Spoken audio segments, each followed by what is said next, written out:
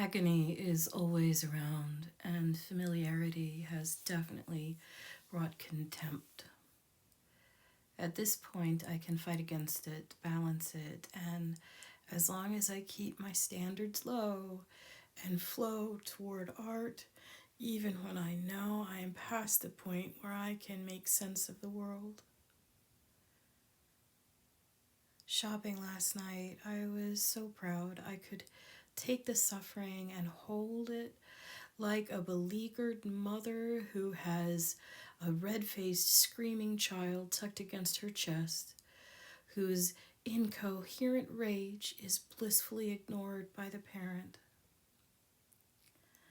At least I can get the groceries now, that I can accept that this awful degradation in the way I can process the rest of the world.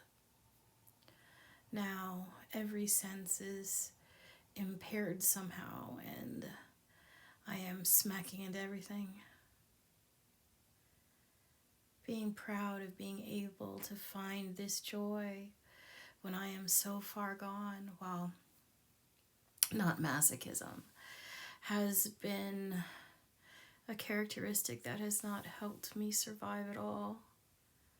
Loving the life I have right now is its own form of joy. I admit the fuck you aspect of being able to derive more delight anchoring myself to this line of ink than any of those who caused me such pain probably get to feel, who look at lives like mine and see something so useless and expendable that wearing a mask was too much to ask.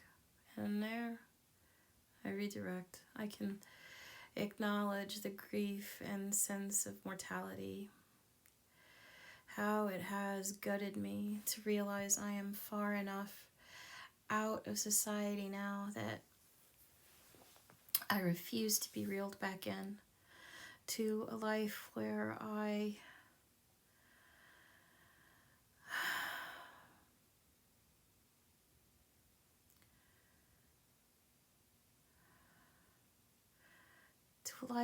any projection of God hating me ever passed. I'm sorry, it's a hard sentence. Not for grammatically also a nightmare, but just to say it. I can acknowledge the grief and sense of mortality, how it has gutted me to realize that I am far enough out of society now, that I refuse to be reeled back into a life where one projection of God hating me ever seeps past the skin. All of life is a journey toward death, and you don't have to be suicidal to admit the inevitability of mortality is a perk. This suffering, no matter how profound, at the moment it feels as if singing blinding agony has grown so big that it goes past the hand on top of my head.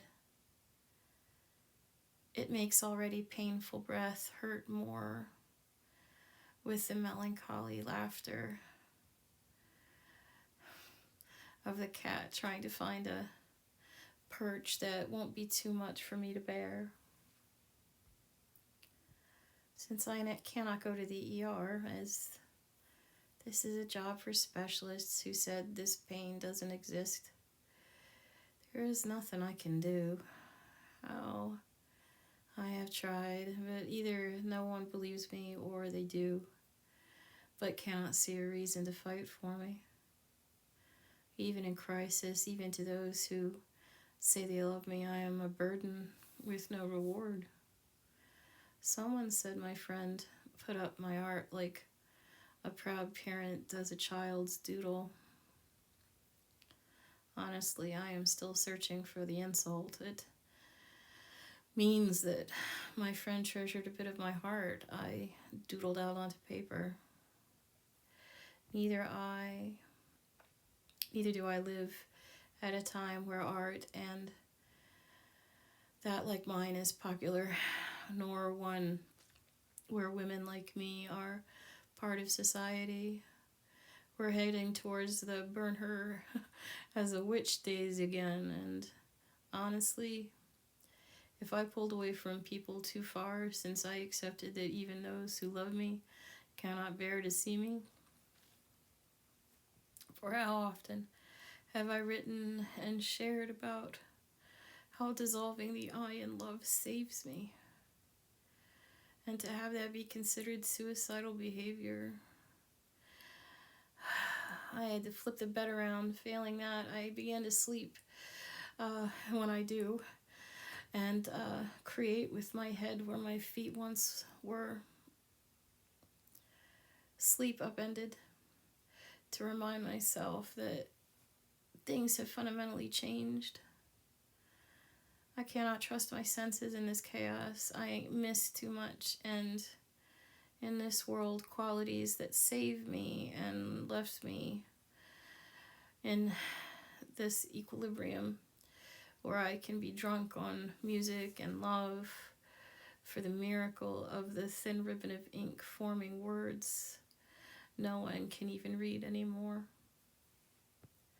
As I have surrendered over these weeks of unrelenting distress, my expectations of human connection, watching people turn away at my obvious worthlessness again, to stop being able to reach out and realize and then have it proved that was condemning myself with utter isolation.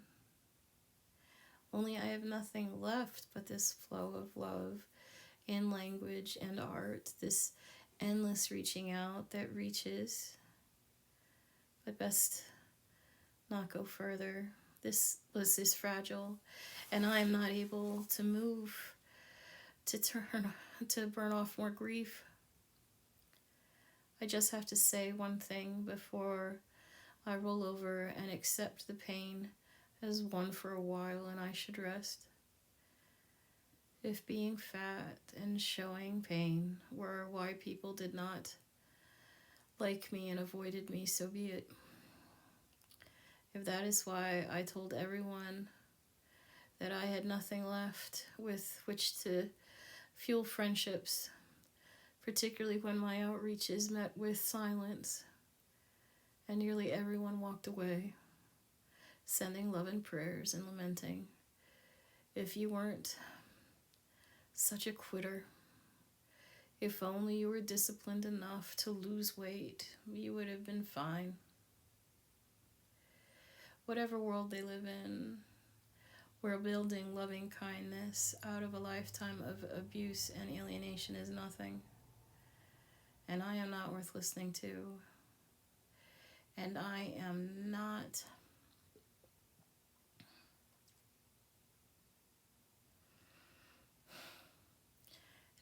moved as I fall back into silence. My loving singing so loudly now I cannot hear the agony. And it does feel a little bit like fuck you as I drift away into dream. Forgive me, I'm only human. In my leaving, I give my regrets insofar as this mess howling through time has done more damage than perceived. And I throw off all the projections, expectations, to love this breath, this relentless and beloved line of ink, and let this body rest. And after I stopped writing, I slept through Monday.